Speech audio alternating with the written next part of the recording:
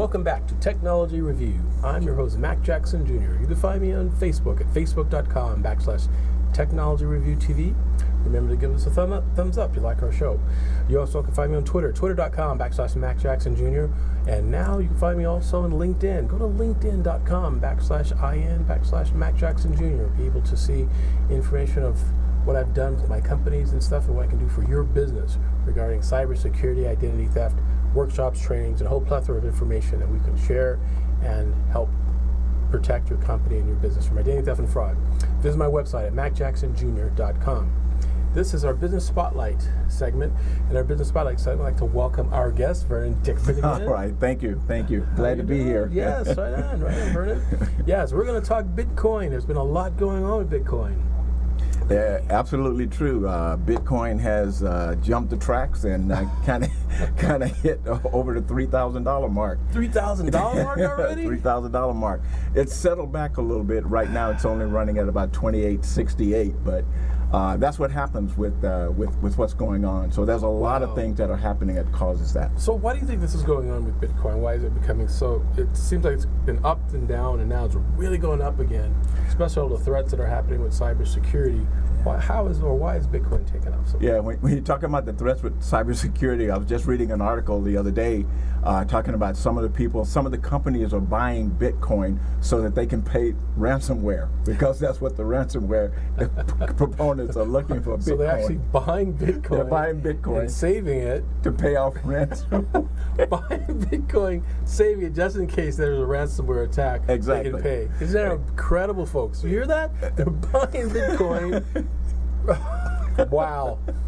That's I mean, that's a small piece of what's going on with Bitcoin. Yes. In terms of even the thieves want Bitcoin. But the other part of that is that some of the countries are taking cryptocurrencies as their approved revenue. Okay. Japan has accepted it. The Philippines has accepted it. The 1st of August. Australia will take it as an official currency as well, and so we're looking for a bump over to the $3,000 mark when that happens as well. Interesting. Why haven't we taken it in the U.S.? U.S. is a little bit slower about everything. I mean, we have the financial institutions that are fighting it because they haven't figured out a way to make money with it yet. I see. So, and governments haven't found a way to tax it yet either. They haven't found a way to tax it yet. So, yes. But what they're doing is they're finding ways around that in terms of using the blockchain technology to develop applications around that, and so they can tax those companies that are in that environment as well. The interesting thing is that Nevada, the governor just passed a bill that we're not going to tax Bitcoin in Nevada. Really? They actually passed the bill? They passed a bill already. We're not going to tax Bitcoin. As far as sales tax? As far as sales tax, right. Interesting. Correct. That's a very good, that's really awesome. Good information. Yeah. That's absolutely awesome. Yeah, that really was very, very good for that. Well, this whole thing with Bitcoin and, of course, the cyber threats that we talk about on our show, if there was a breadcrumb trace within the transaction, we could actually find who the bad guy is on the other side accepting it. So during the creation or development of the blockchain, do you know if that's something that that researchers in Bitcoin and other cryptocurrencies are going to be adding to this cryptocurrency, where you could actually find out where the so-called anonymous person, who they really are? Unmask the anonymous. Well, yeah, and that's what they're trying to do too with some of the technology behind blockchain. They're trying to put in some components that will allow them to, on some level, to trace back the transactions themselves, not the entities that are buying that are creating the transactions, but the transaction themselves. As an example, back in the day, well, a few years ago, when they had a company called Silk Road. Silk Road was a company that selling drugs online. Yes.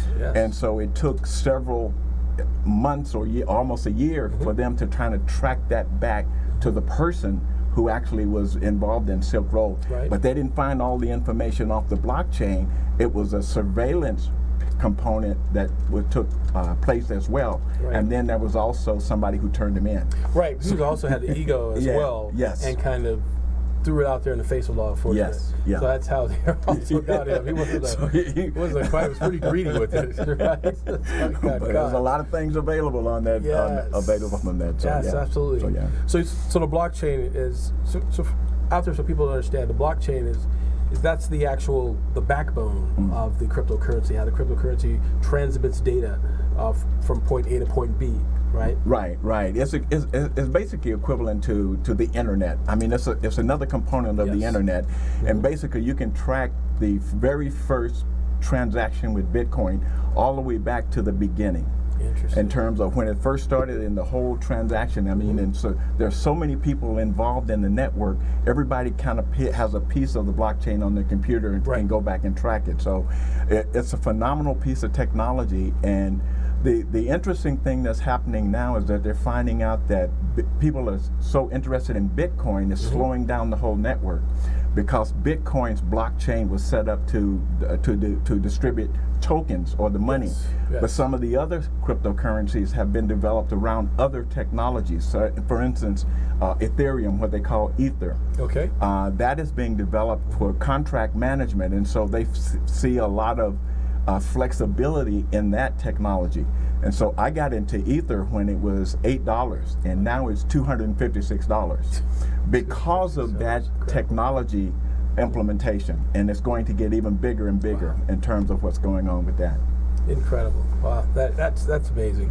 So you see also that cryptocurrency is something that countries are starting to utilize, even down to the city. So here in Las Vegas, there are some merchants that are using Bitcoin. Yes, yeah. The Give an D is, example tell the audience how that works a little bit. Yeah, the D is using Hotel the Bitcoin. D. Hotel, yeah, the D. So you can buy breakfast there. You can go to the gift shop. You can do that. Also, as I mentioned the last time I was on the show, Mike Tyson will have 100 ATMs around there as well. But all it is in terms of a transaction, everybody has a private wallet. I mean, even the Electronic wallet, even the businesses have a wallet, and so all you need to do is when you pay for it, you show your code to their code, and it subtracts the money for that particular item. Right. One of the reasons that this is going to get even bigger is because when Japan makes it official, well, then they're working on it now. They'll also have over 260,000 businesses that will be accepting Bitcoin right out the door. Wow. So that's going to help it to increase as well. That is going to be phenomenal. Just phenomenal. It's absolutely, it's wonderful. Well, okay, let's go back to the merchant here. So let's say the D, right? Can you pay for your room, do you know, or your hotel reservations using Bitcoin? They haven't moved it, for the D, they haven't moved it to that area yet. Okay. But there are some, like Cheap Air. You can buy an airline ticket through Cheap Air. So there are other hotels around the country that will take Bitcoin for it. What is interesting is that there's some pushback for some of the merchants because there is such a flexibility in Bitcoin. Oh, the value So of it, yes. the value of Bitcoin. So what they're doing is looking at some of the other currencies that aren't as volatile as that, like Ethereum. There's another one called Ripple. Ripple, yes. Litecoin, Is it like Dash. the drink, the Ripple? I remember that. There was a company. The when I wine, first was heard- it? Back That was the wine. called Ripple back in the day. But there's a company called Ripple now that has produced the tokens for Ripple. And right now would be a good time to get involved in Ripple because right now it's running about 34 cents. I got involved when it was 21 cents. And so that's going up because 10 financial institutions, I apologize for that. No problem. 10 financial institutions have signed on to Ripple again to use their blockchain to develop applications for it. Incredible. So they're going to be, so all these cryptocurrencies are going to be competing with one another to dethrone Bitcoin. Yeah. They're trying to dethrone Bitcoin. They're expecting, particularly Ethereum, to outpace Bitcoin.